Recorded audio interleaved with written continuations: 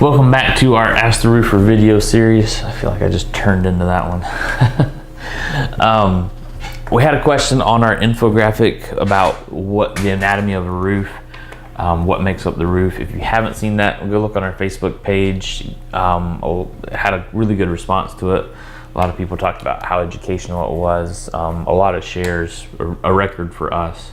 But we had a question. Martha asked us, as far as the buildup of a roof, what if it's a trailer? How much does it differ from like a traditional roof? Our infographic is the anatomy of a traditional roof. Martha, thanks for the question. Trailers can differ. So there's many different designs by different manufacturers, and so I can't just give a blanket statement that they're all this way. And I'm not an expert on trailers specifically, but I can tell you what we've seen and what we've dealt with. A lot of trailers will have vaulted ceilings, and that vaulted ceiling, the ceiling is attached to the rafter, and then the roof is attached to the other side of the rafter. So there's not a lot of space between.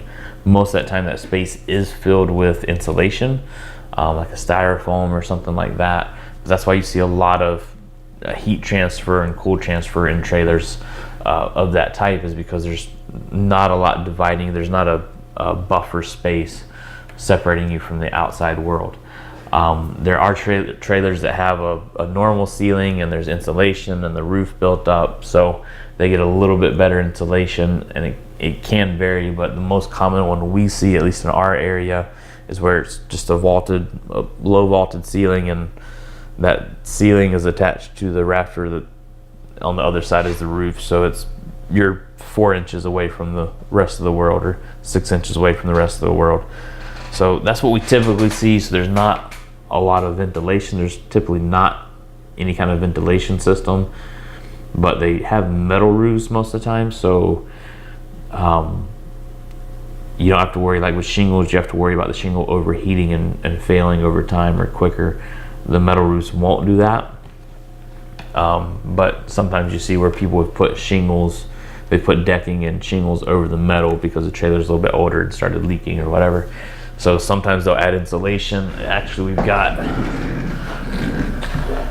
go off camera, we've got products like this one that we'll use sometimes, or some variant of it, where you have, if you're going over a metal roof on a trailer, or even a vaulted ceiling in residential, where you have insulation separating boards and the new roof deck, and you just fasten through those boards into the old structure, and it will create more insulation and airflow so that your shingles don't die out over time. So those are some of the differences. I know that's vague and doesn't cover every single mobile home or trailer, so if yours is different, don't leave us comments of how that's wrong, because there's a huge variety, and I realize that.